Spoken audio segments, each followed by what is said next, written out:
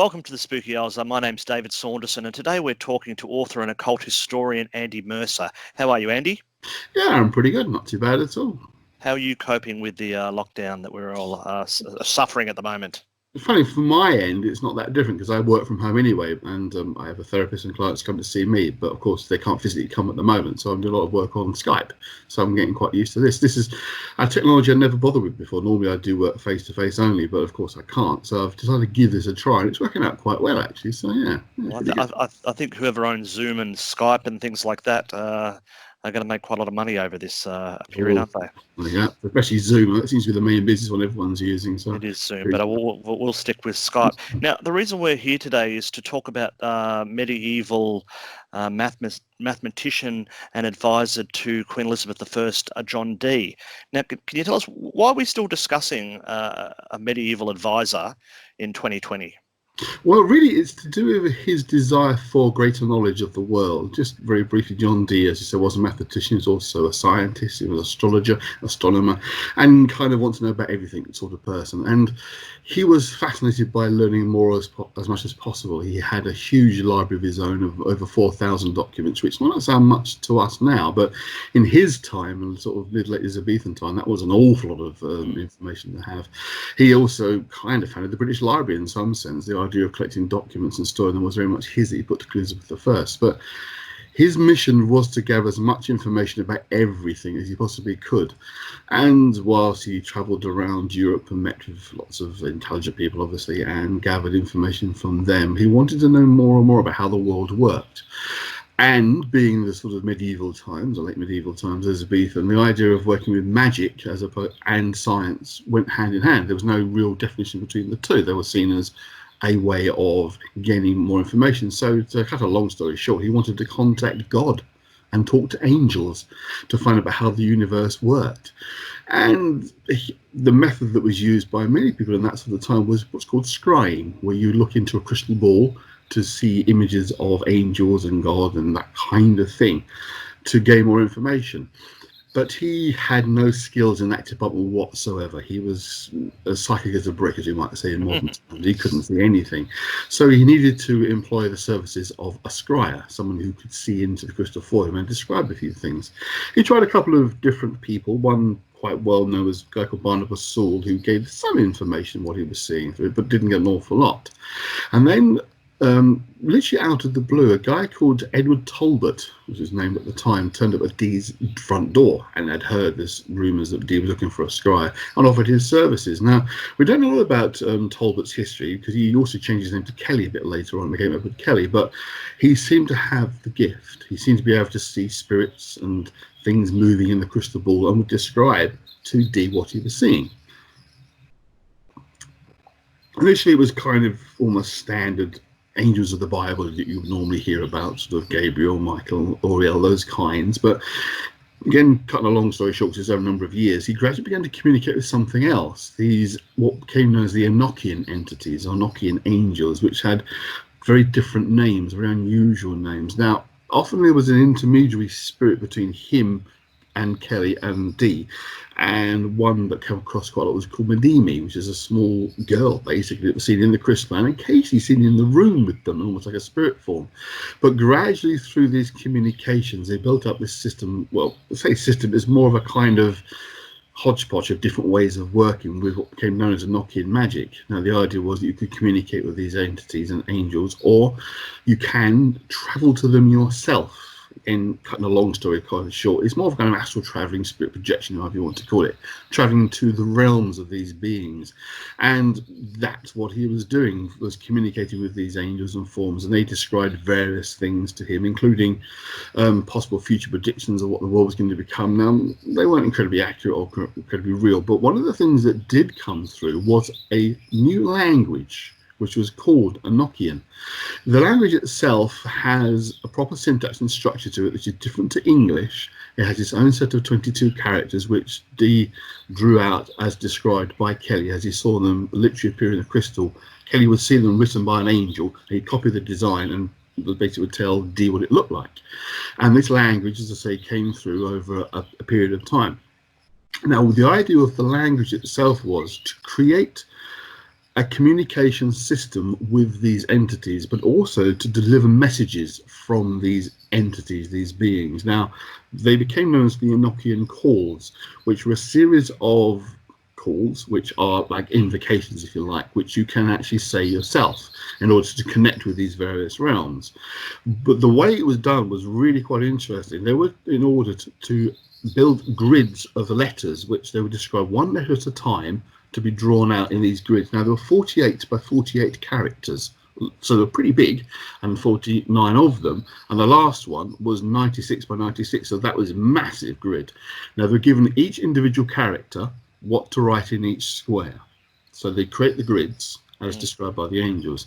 The next thing they had to do was they were given grid references for characters, and they had to, like, line 15, 27 across, etc., etc. Yeah. One of the problems with Dee's records is we don't have the exact way that was done, but it's described that's how you do it, but we don't have the records of him actually doing it.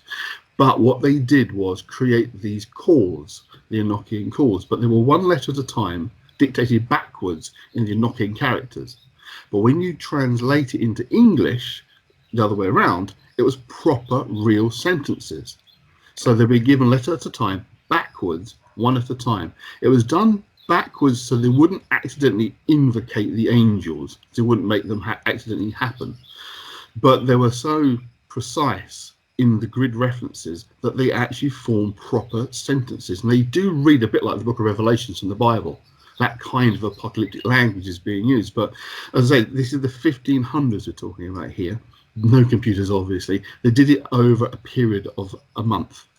Now, to have faked something like that would have been pretty much impossible. We know a lot about John Dee in his life, what he was doing. He was quite connected with the Queen's court. He was actually a friend of Elizabeth I, so his movements can be traced. So there wasn't big months of time where he was missing and doing this stuff.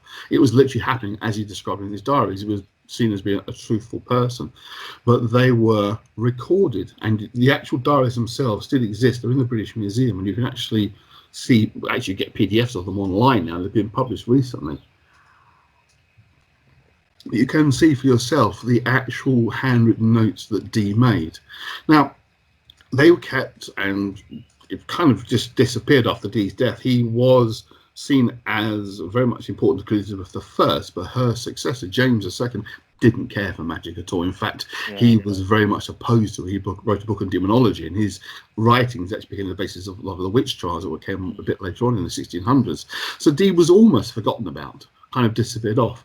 Some of his original diary entries fell into the hands of a guy called Merrick Catterbourne, who in 1659 published a book called The True and Faithful Relation of What Passed for Many Years Between Dr. John Dee and Some Spirits, i.e. the spirit communications. But Catterbourne thought Dee was a fool and that Kelley was a charlatan, and this is all a load of nonsense. But in publishing them, he preserved the records. Again, the book was out, it kind of disappeared, got ignored, until the 1800s, when we get to the Golden Dawn. Now, they are an hermetic organisation that was formed. They come from the Freemasons, but they wanted to get into more practical magical systems and formed the Golden Dawn in 1888. And one of the things they discovered in the British Museum was Dee's original diary entries and the True and Faithful Relation book. Although, to be honest, it was more the book itself they discovered. They didn't realise the actual records were in the library, these handwritten notes. They just had the book to work on. So that kind of brought Dee back into the public eye of occultists, if you like, this whole Enochian system of magic. And I say it's not really a system, it's kind of a mismatch of lots of different ideas, but the core material are these Enochian calls, which is the most fascinating part. At least I find the most fascinating. And I know many people who have followed the instructions of exactly what you're supposed to do. You build a table with certain images drawn on the table. You use wax discs, which are placed on the table and under the legs of the table, and a crystal ball which is put on top of the spheres, which you then use for communication.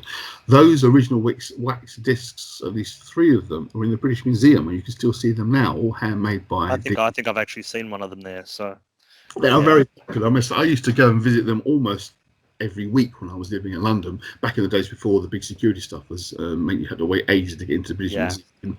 Those that just wander straight in. And I've written a book actually on John Dee and Enochian magic, and I used to go in pretty much every day at the weekends to have a look at those things. So this thing that is he the one that could be seen as creating the sort of the circle and the what we now would envisage some kind of, magic. I don't know what the word for it is, but a cult type of, yeah, that's right. Yeah, in a sense, I mean, very much Dee's work popularised the idea of a crystal ball as a way of seeing into the future. I mean, it was something that was done at the time anyway, but because he wrote about it, and one of the few that did write about it, it became a popular way of scrying and seeing into the future as the average crystal ball seer would do. But this is more about communication with angels. Now, whether they're Christian angels or not is a matter of debate. Some will say they're actually aliens, others would say they're entirely different. Personally speaking, I don't know. I do know that some of the things that are in True and Faithful Relation that the angels supposedly said to Dee would mark them as not being Christian. I mean, one of the biggest things was the idea that Adam and Eve were not the first man and woman, which is, imagine those days, was revolutionary to say. Yeah. But they do appear in the records. That Jesus was just a man, nothing else. Again, going back to early Christianity, he was seen as just a man. It's later on that we have this divinity idea. So they were harking back to that earlier idea. In fact, my own researchers suggest some of the things they said would fit more with like a Jewish approach or a pre-Christian approach to what angels were or are seen as. So there are definite differences. So what he was communicating with, I think, has always been a matter of debate. But the fact that they created the Enochian cores so quickly in such a strange manner, and yet they are proper, full sentences in English, that for me is one of the most fascinating elements of what Dee did. So how does John Dee, what he learnt and what he developed, affect occult learnings today? Well, interestingly, it's one of the few examples of direct communication work and a system that you can trace back to the original author or the first discoverer of it.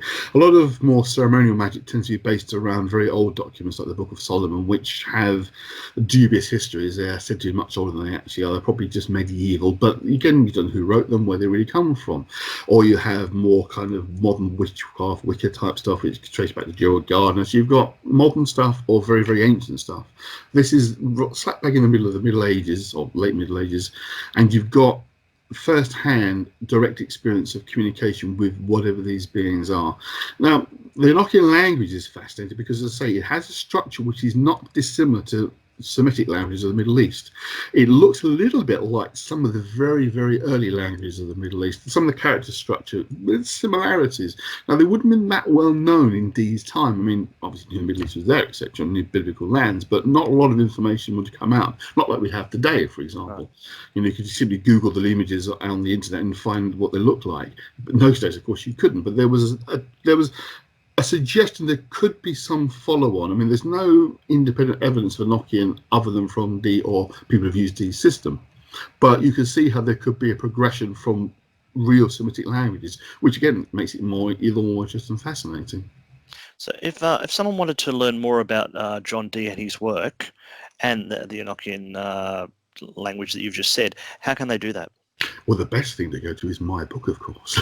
Okay. And what's the book called? What's the book called? At the moment, it's actually out of print. It's called Liber Peronzom. Okay. Now, Peronzom is one of the first entities you kind of encounter working with the system.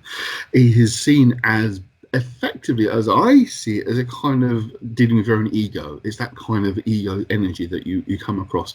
And one of the reasons why I called it that was that if you look at the True and Faithful Relation book I mentioned that the Golden Dawn used, the spelling is wrong. It's a bad transcription from the original notes of Dee to Merrick Hasselborn's book. And I wanted to go back to the original system because the Golden Dawn did a brilliant job of actually making it more readily available, but they made lots of changes themselves to make it fit in with their ceremonial magical system. And I wanted to go back to the original source material of Dee's work directly.